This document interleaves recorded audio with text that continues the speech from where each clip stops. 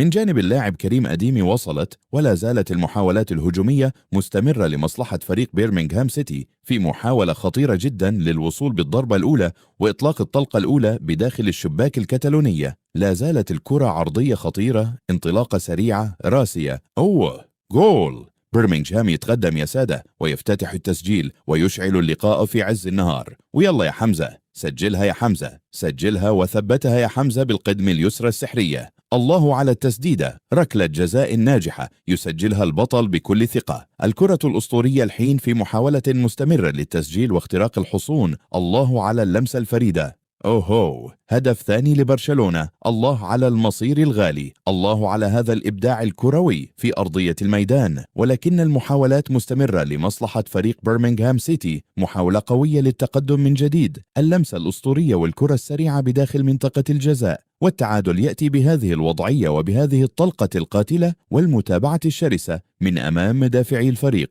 المباراة تشتعل إثارة ومتعة لا تصدق في هذه اللحظات، والجميع يبحث عن حسم الملحمة بركلات الترجيح بعد هذا التعادل الصادم بهدفين لكل فريق. شاركونا آراءكم وتوقعاتكم الساخنة في التعليقات الحين.